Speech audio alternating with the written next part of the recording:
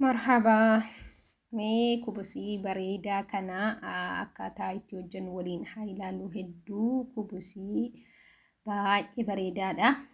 Saahiliidha illee hojii isaa waan nama dhibuu miti.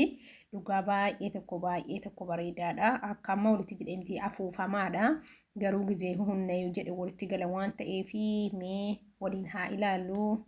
السلام عليكم ورحمة الله وبركاته. وردفتوتا كبجمتوتا فديلا كمال حشمار كفونا يجوداني ورمان تابرا جرنا جرتو سنين جدا ميغر وجي ساتي سين دبرسا سنين جدا مور من كان افارا واتاتم بليز لايك اند سبسكرايب كومنتي ببريدا برسون دغتينا ورمو هيك سي وجنو جات هاجرو غلتوما كومنتي كومي قبدنو في لايك اند دغتينا سنين جدا حما ستكما سين نغر سيسا جرو بيكين باودر قبا ميلي قبا زيتي قبا سكر قبا جچو بربادي تاني maaliif jennaani amma sukkaara finjaana tokko gabshaa sadeetitti nama garuu finjaana tokko asii yoogartii yookaan roobii kan jedhamu sana lammanis giraamii 100 lammanis hin qaba. Gabshaa lama sadii sitti gochuu dandeessanii garuu yoogartiin itti baay'ate hedduu tokko bareecha. Asii immoo bishaanitti naqadha saaniitti jechuudha. Bishaanitti aansee immoo ni ilaaltu. Bishaan irratti aansee zayitii yookaan sukkaara finjaana tokkoon itti naqadhaa jechuudha. Finjaana yookaan siinii bunaa tokko jechuudha. Akkasiin asitti immoo ammas zayitii siinii tokkoon itti naqadhaa.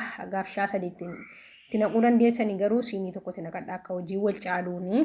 Amma sana dachanii walitti sirriitti rukutaa jechuudha. Erganii zayitii fi sukkaara bishaan walitti naqee keessoo gidda xiqqootti naqee warri rukutaa jechuudha. Maashaallah tabarakallah kubusii hedduu bareeda hedduu jaalatamaa zayitiin illee amma kan akka baraata zayitiin qabu zayitiin isaa kanuma qofasitti amma zayitii biraa wanti isin irratti dabaltanii akka baraata gidduutti dibdanii amma maxbachaatti dibdanii hin jiru. Baay'ee saahiliidha. Ana la kaameraa waraabuun rakkisee malee hedduu nyaata ajaa'ibaati isiniin jechuu barbaada. Amma duqeetillee gingilchaallee fitii duqeetti gingilfadhullee asiin qaba. Amma duqeetti naqataara gidduudhaan dagadhee garuu dura duqeetti miti kan itti namuu qabu yoogartiidha. Maagaa walumaan haa ilaalu waan hin ta'u. Kanaafuu maashaallah tabarakallah achi akkas godhee deebisee maaliif waan yoogartii dagadhee fi yoogartii itti naqaa yoogartii sana wajjin walitti rukutamuu barbaachisaadha. Kanaafuu meemee nyaata qaata gadhiisuu dhiibnee haadhamee gadi dhiibnu jenneeti kubusii kana gadhiisee nyaadhiisuu jedheesanii baay'ee qaata nyaata hojjechuu dhiiseera. Erga immoo ni ta'e amma nyaanni addisii mana keessatti hojjetamaa jiru sababa kanaaf dhiisee waan biraatii miti.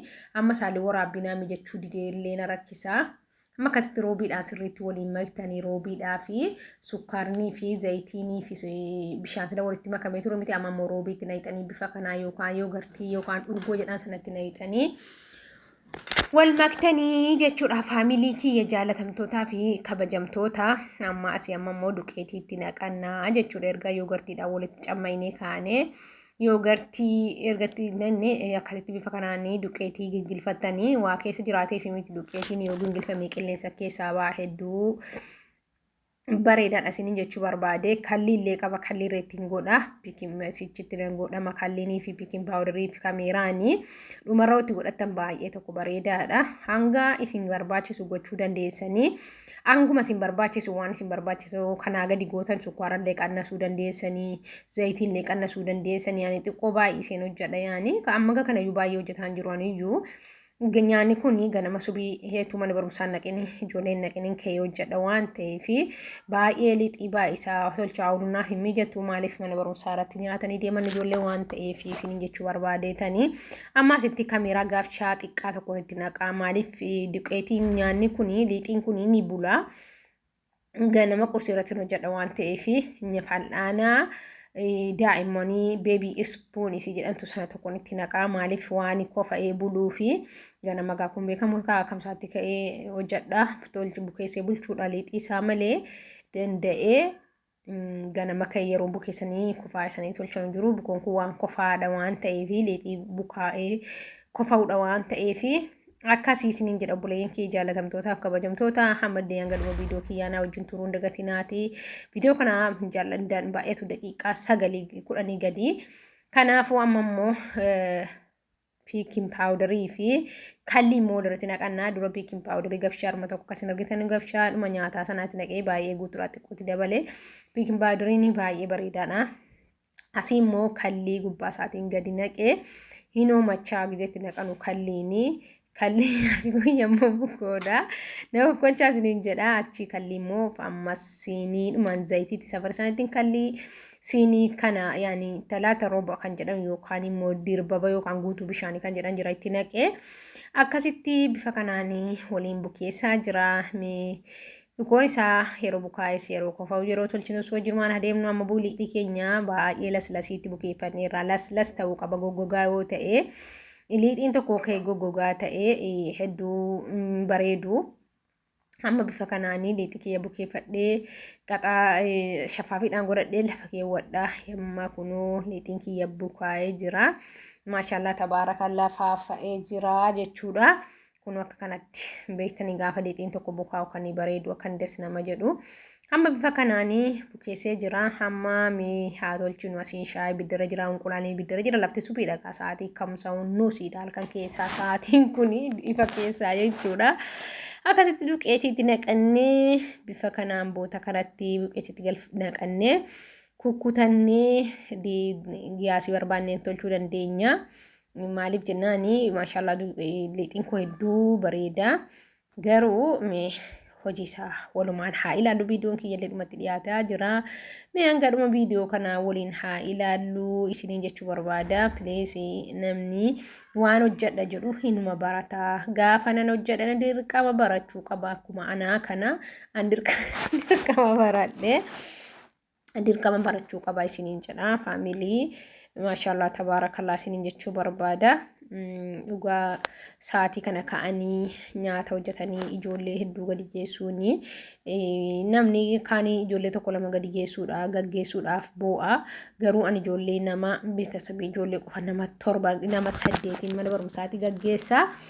Kadde keessa tokko kan waan nyaattu isinan dhibdu kaan hundinuu nu faxaranii yaani nyaatanu baatanu isin hojjetama. Amma kun bifa kana kanaanii akkasitti godhama jechuudha. Bifa isin argitan kanaa xixiqqaatee jechuudha godhama jechuudha nyaanni kuni kubusiin kuni diizaayinii dhuma isaati akkasii kanaa miti.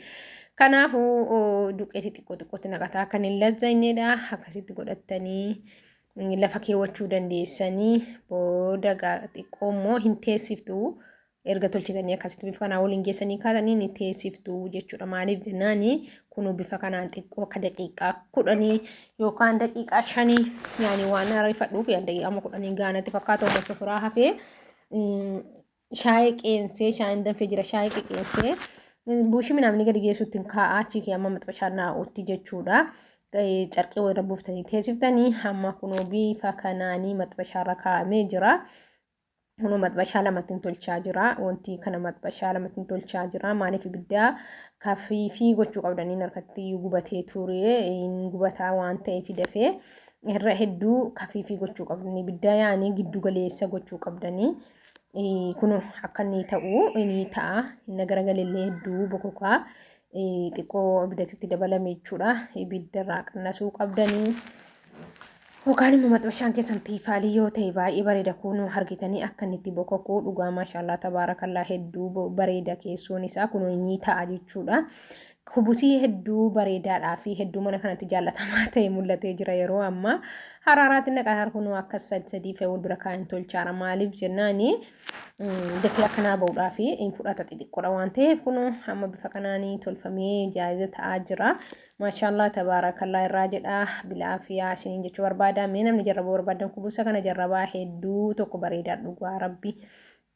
Hedduu ani gaafa duraa komentiin tolchan jedhee dhugaa Instagiraamiirraa namtitti natti ergitee naaniin tolchee hundinuun jaallatanii ijoollee mana barumsaatti illee yeroo dhufan illee isuma nyaatanii gizee daqalullee isuma nyaatanii hedduu tokko bareedaadha. Kanaafuyyuu mee isin immoo mee nama tolchaa isiniin jechuu barbaada. Mee ilaalaatti fayyadamaa dhugaa hedduu kafiifidha hedduu qallaadha akka baraataa sana illee nama cinquu zayitii illee nama cinquu zayitii illee hin qabu. Amma isin argitan zayitiin kiyya yoo dinga tarka keessa lazzaqee jechuudha malee. Assalaamu alaikum.